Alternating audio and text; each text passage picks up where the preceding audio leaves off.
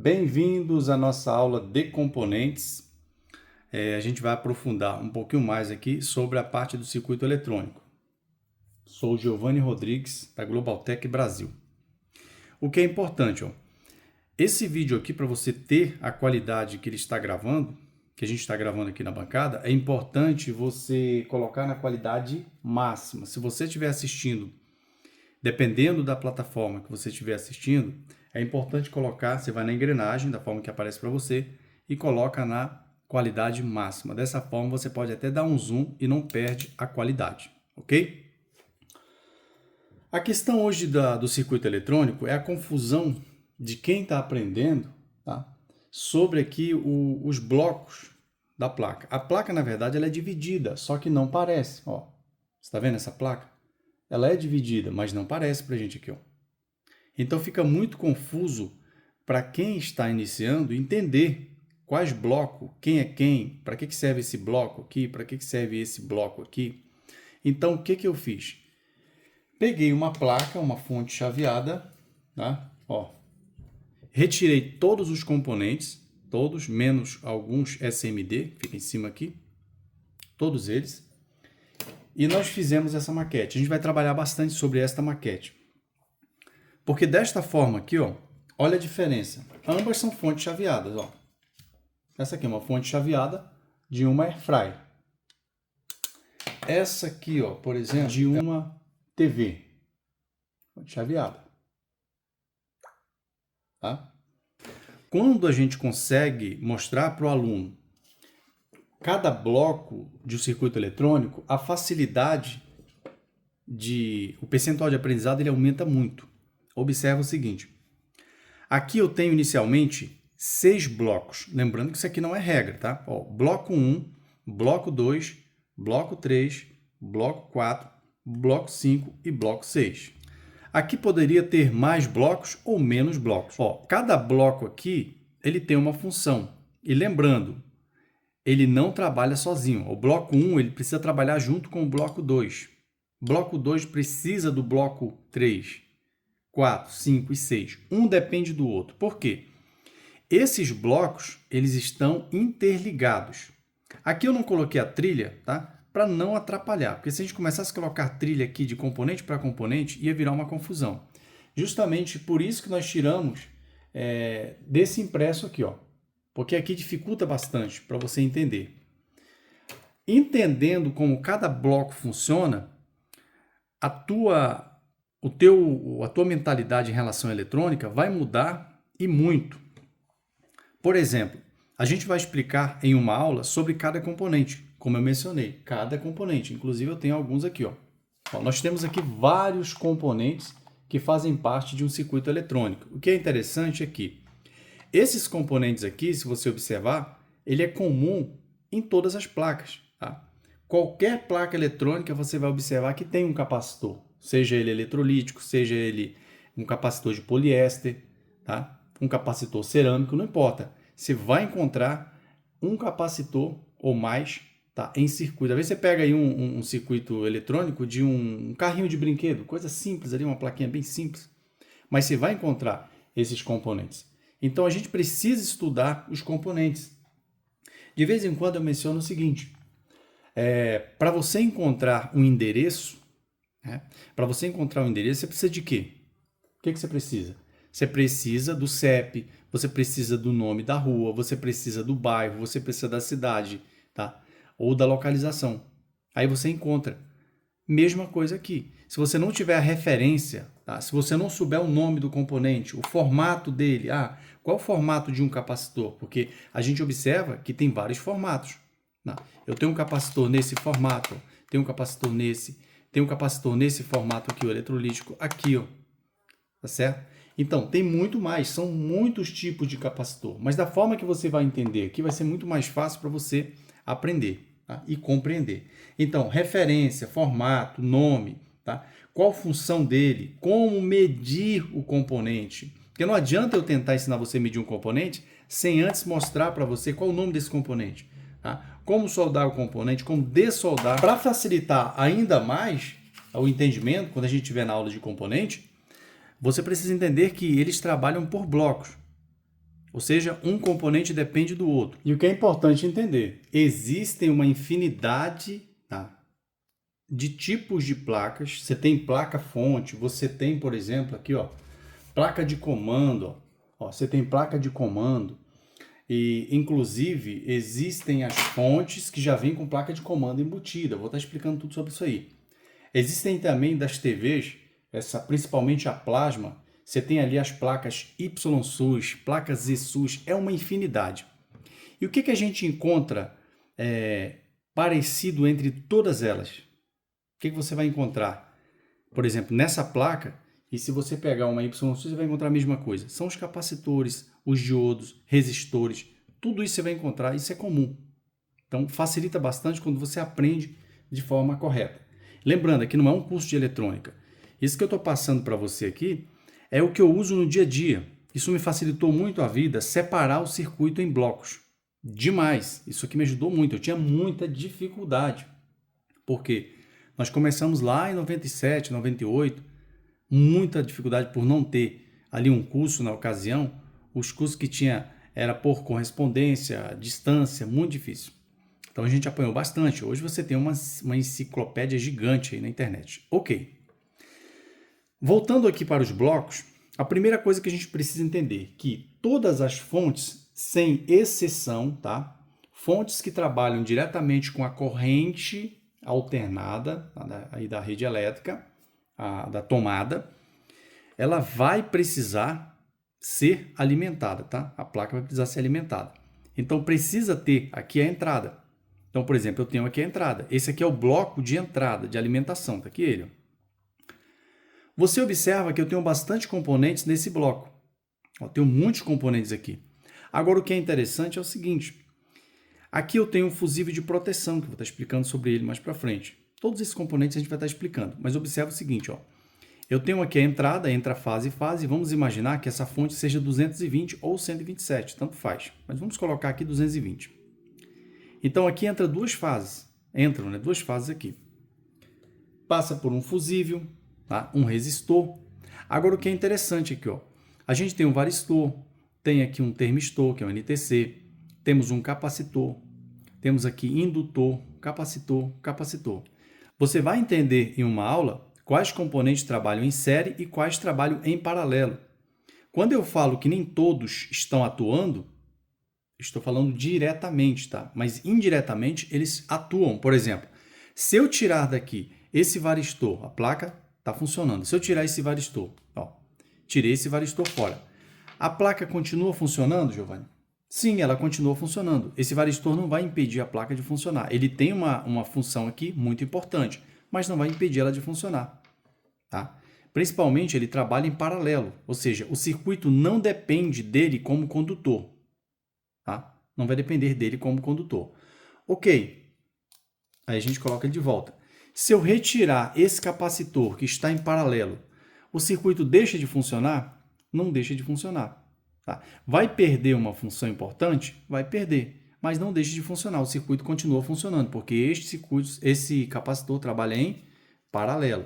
Não vai deixar de funcionar. É o seguinte, cada bloco aqui a gente vai nomear. Por exemplo, este bloco aqui, esse primeiro na entrada, ele é o bloco de filtro de linha e retificação. Ó. Filtro de linha, retificação e filtro. Ó. Filtro de linha, filtro de linha vai até onde? Até aqui, ó. Filtro de linha daqui para trás. Tá?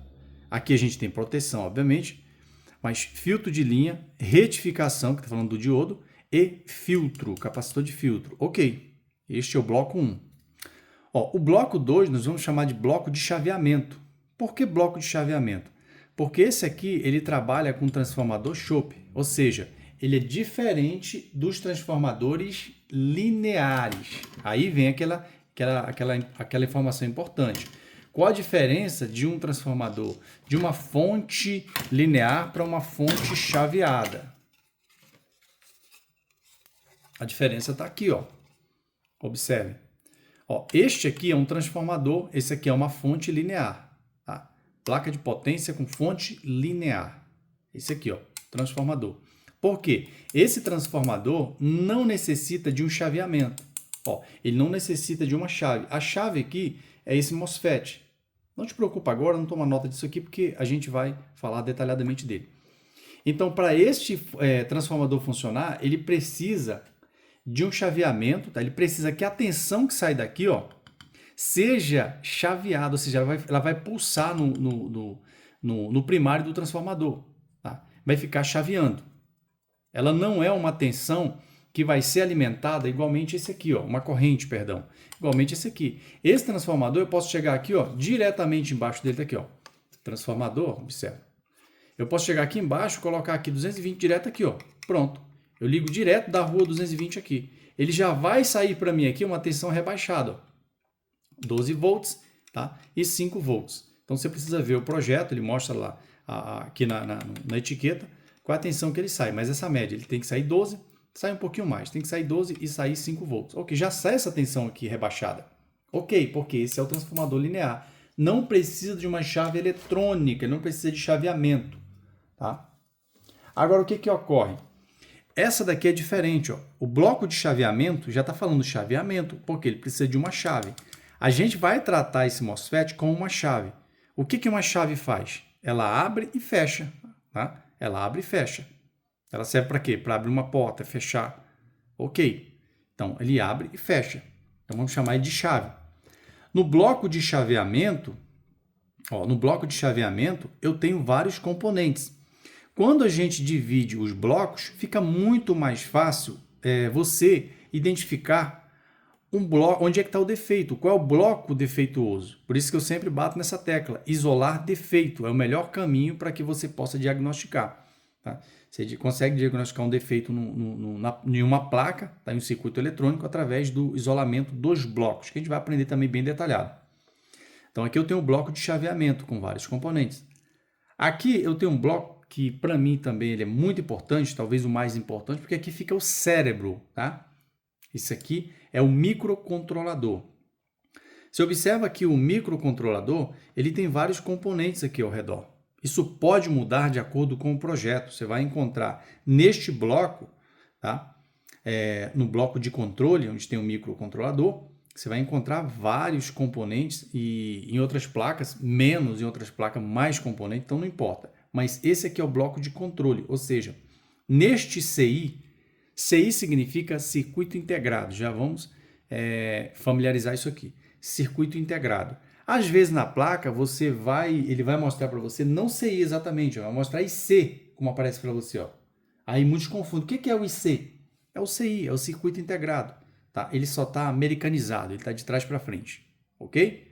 Circuito integrado, isso aqui é o bloco de controle. A gente vai saber o que faz, tá? Na próxima aula, na aula de detalhamento dos blocos. Aqui, ó, esse aqui a gente vai chamar de bloco de controle. Ó, esse aqui é o bloco, lembra aí, esse aqui é o bloco de filtro de linha, ó, filtro de linha, proteção, filtro de linha, retificação e filtro. Tá? Vou mostrar a diferença. Qual é a diferença do filtro aqui, ó, do capacitor como filtro, e mostrar a diferença do filtro de linha propriamente dito. Bloco de chaveamento, bloco de controle. Ó, o próximo bloco. Esse é o quarto bloco aqui na nossa maquete. Esse bloco também muito importante quanto os demais. Esse aqui se chama bloco de comando. Para que serve, Giovanni, o bloco de comando? Ó, essa, por exemplo, aqui é uma placa de comando. Esse aqui é o bloco de comando.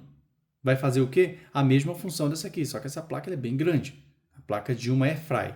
Exatamente. Então, por exemplo, o bloco de comando, como o nome já diz, por exemplo, eu vou enviar aqui uma função aqui para o micro.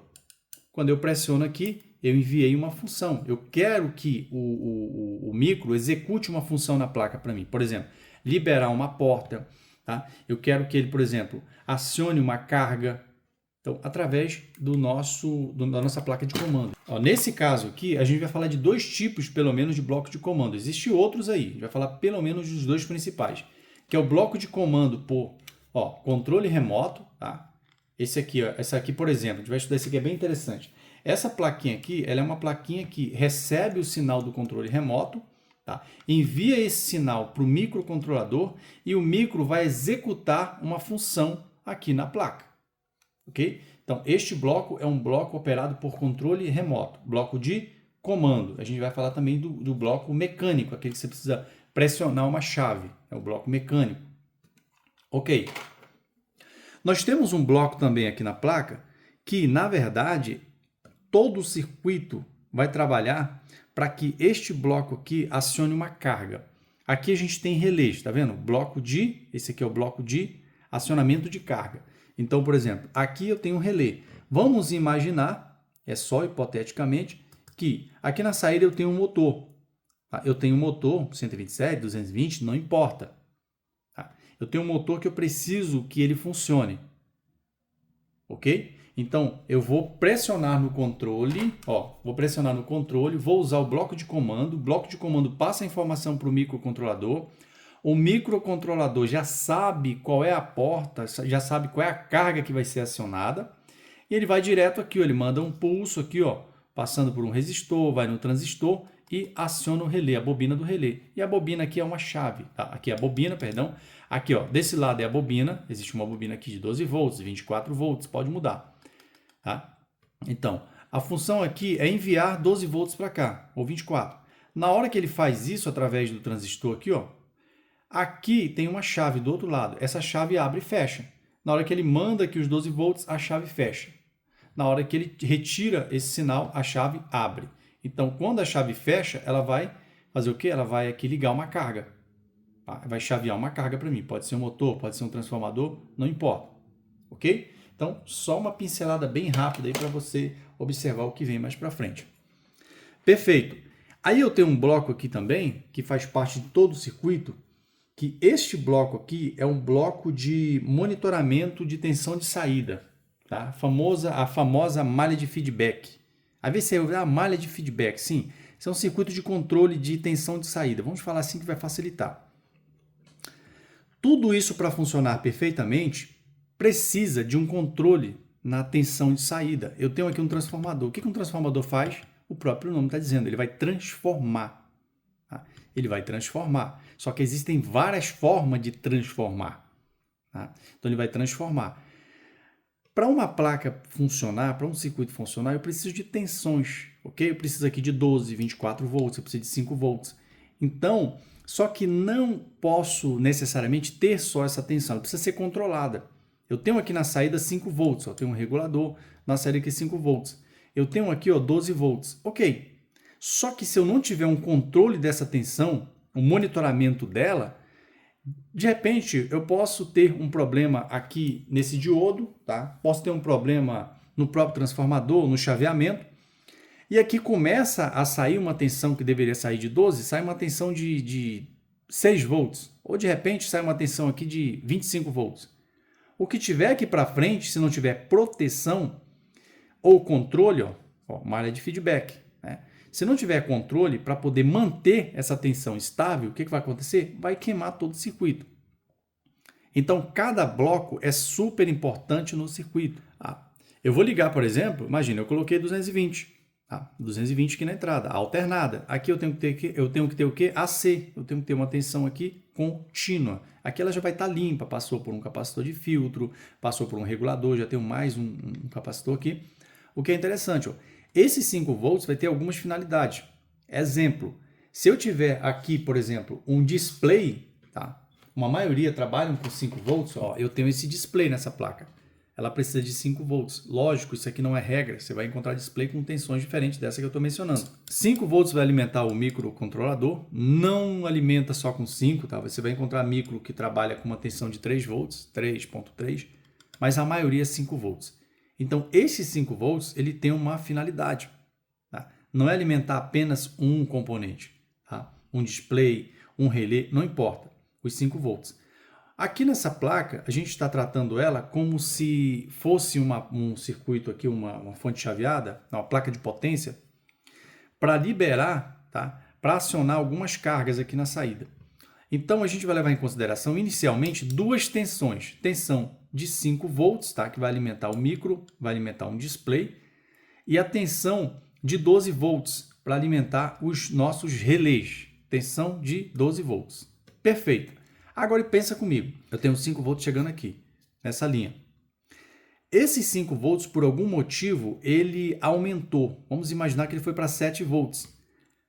A minha malha de feedback, ou seja, o meu circuito de controle de tensão de saída, o que ele vai fazer? Ele está exatamente aqui para monitorar a tensão de saída. O que ele faz exatamente quando há uma alteração aqui? E isso existe, tá? Inclusive a gente vai simular. Por exemplo, vamos imaginar que este capacitor, ele apresentou um problema, este capacitor. Com este problema que ele apresentou, ele é um capacitor para 5 volts, né? Só um exemplo. Esse problema que ele apresentou, acabou havendo uma queda de tensão, ou de repente aumentou aqui, por algum motivo, por causa do regulador, essa tensão aumentou. A malha de feedback aqui, o que ela vai fazer? Ou seja, o circuito de controle de tensão de saída vai fazer o quê? Ele está monitorando o tempo todo. E eu tenho um componente aqui, que ele é o cara central aqui, ó, que é o fotoacoplador. Tá? Além dele, a gente tem outros. A gente tem um TL431. Todos esses componentes fazem parte dessa malha de feedback. O que é o feedback? Poxa, cara, me dá um feedback aí. Ou seja, esse cara aqui é o seu oscilador. Ele está aguardando um feedback da tensão de saída. Né? Então, esse cara se comunica com esse aqui, ó, tá? Com esse circuito aqui. Se a tensão estiver alta, ele avisa aqui, ó, a tensão está muito alta. Diminui aí a largura do PWM, né, do pulso, que é uma outra coisa que a gente vai aprender mais para frente. Se eu falar agora, vai ficar meio embananado para quem está começando. Então, ele fala o seguinte, ó, a tensão está muito baixa, ele aumenta o pulso, aumenta a largura, né? Ou seja, ele passa a mandar, né, uma tensão maior. Se está baixo, ele passa a mandar. Na verdade, ele vai sempre fazer de tudo para estabilizar a tensão de saída de acordo com o projeto. É 5 volts? Ele vai fazer de tudo para manter os 5 volts, não importa. Mas tem que ter aqui o feedback, ele tem que ter aqui o controle. Aí você observa que o circuito eletrônico, ele parece muito complexo, mas não. Quando a gente faz isso aqui, subdivide o circuito eletrônico em blocos, a coisa começa a fluir. Então, tudo isso é para que haja uma sincronia. Isso aqui é uma sincronia, é matemática. Não existe aqui na saída, se tem 5 volts, sai 20 volts. Não pode, vai sair destruindo todo o circuito. Então, é necessário cada bloco fazer o seu papel. Bom, acredito que nesta aula aqui ajudou bastante. Tá? Agora, você não pode perder as próximas aulas. Tá? E outra coisa também que é interessante, a gente vai estudar nas próximas aulas, quando terminar de estudar os componentes, função de cada um, nome, formato, referência, etc., sempre fazer um comparativo para você poder acompanhar. Porque se você não tem uma referência, fica muito difícil. Por exemplo, eu tenho uma plaquinha aqui, ó, de um micro-ondas, placa de um micro-ondas. Quando eu estiver falando aqui dos blocos, eu vou estar mencionando essa placa, Eu vou fazer menção a esta placa de uma TV. Por quê? A minha intenção, apesar de não ser um curso de eletrônica, é que você use o aprendizado, tá, neste circuito, tá, como princípio para você consertar qualquer placa, ou pelo menos você ter uma boa base. Tá? Lembrando que a gente está usando pouca teoria inicialmente, porque na verdade teoria você já encontra na internet. Tá? Você vai encontrar muita teoria, é só você buscar estudo aí sobre a eletrônica. Ok? Até a nossa próxima videoaula.